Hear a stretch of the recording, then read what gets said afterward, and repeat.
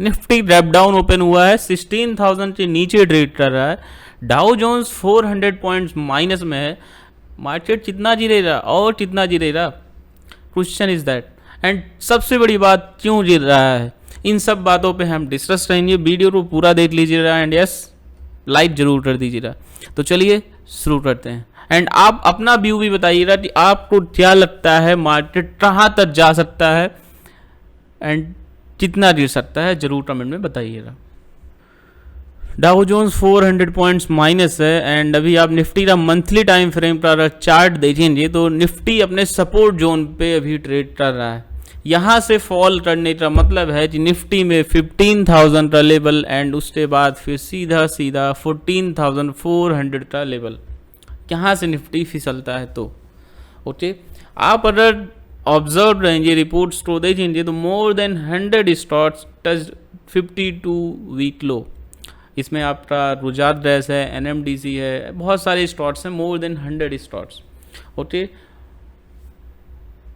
आप अगर देखेंगे तो आज का जो सबसे ज़्यादा फॉल करने वाला सेक्टर है आपका मेटल सेक्टर है, इंफ्रा है, ओके, निफ्टी नेट्स 50 है, एनर्जी सेक्टर है। आप just look at that monthly time frame का इन सबका चार्ट देखिए, सभी मंथली टाइम फ्रेम्स के चार्ट हैं। ओके, तो आज ज़बरदस्त फॉल है। ऑटो का इंडेक्स देख रहे हो आप, ऑटो में भी आज बहुत अच्छा निगेटिव मूवमेंट दिखाई दे रहा है। तो सभी इंडेक्स फॉल कर रहे हैं एंड इसमें जो मेजर पार्टिसिपेशन आ रहा है ये IT इंडेक्स का है, मेटल का है, एनर्जी का है, ऑटो का है, इन सब का है। एंड सबसे ज़्यादा स्ट्रॉन्ग अगर कोई दिख रहा है तो वो है मीडिया एंड FMCG, इन दोनों में बहुत कम फॉल है। सबसे कम फॉल है FMCG में, आप देखो तो सिर्फ और सिर्फ 0.5%, मतलब फ्लैट ट्रेड हो रहा है FMCG।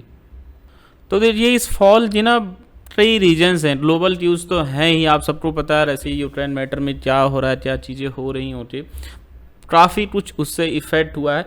एंड दूसरी बात, जो ये रेट्स इंक्रीज़ हो रहे हैं ना, जो कि उम्मीद था कि ये जो 2022 रहेगा इसमें रेट्स इंक्रीज़ होने, बिकॉज कोविड टाइम के बाद से सभी एजेंसीज ने रेट्स को इंक्रीज़ नहीं किया था। एंड अभी मार्केट में र्यूमर आया कि इस वीक जो मीटिंग होने वाली है फेड की, उसमें फेड 75 BPS का हाइक कर सकता है, जो कि मार्केट पहले से ही डिस्काउंट कर दे रहा है। ओके, इसके अलावा आप अगर देखेंगे तो अभी जो इन्फ्लेशन डेटा आया US का, आप सबके साथ मैंने शेयर भी किया था, 40 ईयर्स का जो हाई था उसको ब्रेक किया है। ओके, जो US का कंज्यूमर प्राइस इन्फ्लेशन है वो 8.6 रहा है मई मंथ में, जो कि 40 ईयर्स का हाई लेवल पे है। इसके साथ अगर आप देखेंगे तो FPIs ने जो है इस महीने में भी, जून अभी चल रहा है, अभी ख़त्म नहीं हुआ है, अभी तक उन्होंने 14,000 करोड़ रुपीज़ का हमारे मार्केट से विड्रॉल कर लिया है।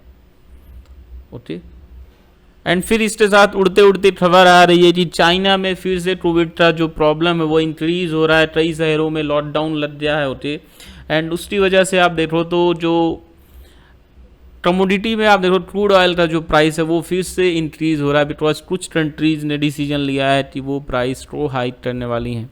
ओके, एंड इसी में एक खबर और आई है जो कि हमें ये बता रही है कि भाई फिच जो रिव्यू करता है, ओके, कंट्रीज की इकोनॉमिक्स का एनालिसिस करके है, उनको रेटिंग प्रोवाइड करता है, तो रिव्यू किया है उन्होंने इंडिया की इकोनॉमी का आउटलुक दिया है एंड जो निगेटिव था उसको उन्होंने निगेटिव से चेंज करके स्टेबल आउटलुक दिया है, जो कि एक पॉजिटिव बात है हमारे कंट्री के लिए। बट उसका अभी कोई ज़्यादा इफेक्ट होता हुआ दिख नहीं रहा है, क्योंकि अगर आपने अभी RBI का जब पॉलिसी आया था उसमें बात सुनी हो आपने, तो उसमें बहुत सारी बातें मेंशन की रही थी हमारे गवर्नर साहब के द्वारा, एंड उसमें ये भी कहा गया कि अभी इन्फ्लेशन इस ईयर तो बहुत ज़्यादा कम होने वाला नहीं है, होगा भी तो नेक्स्ट ईयर से हो सकता है कि थोड़ा बहुत कम होना चालू हो। तो अभी कोई राहत नहीं है एंड आप देखें तो मार्केट टोटली इन सब बातों पे रिएक्ट कर रहा है, बिकॉज हमेशा याद रखिए मार्केट हर एक चीज़ को डिस्काउंट करता है, मार्केट बहुत ही ज़्यादा सेंसिटिव होता है, जो चीज़ होने वाली होती, जो प्लेयर्स हैं वो पहले ही समझ जाते हैं एंड वो निकल जाते हैं। बट इसमें फंसता कौन है? फंसता है तो रिटेलर। ठीक है, तो मेरा अभी यहाँ पे सजेशन ये है कि टॉप पे तो अगर बाई किए हो तो फंसे ही हो, अच्छे स्टॉक्स हैं तो कोई दिक्कत नहीं है। RBL बैंक जैसा स्टॉक है जो कि आज 18% अभी निगेटिवली ट्रेड हो रहा है, तो एज पर रिस्क आप डिसीजन ले सकते हैं। एंड अगर आप चाहते हैं कि मैं आपके लिए वीडियो बनाऊं कि कौन से स्टॉक्स को बाई करना सही है इस फॉलिंग मार्केट में, तो कमेंट करके जरूर बताइएगा, मैं आपके लिए वीडियो बनाऊंगा। सीखते रहिए, प्रॉफिट बनाते रहिए। जय हिंद, जय भारत, लव यू ऑल।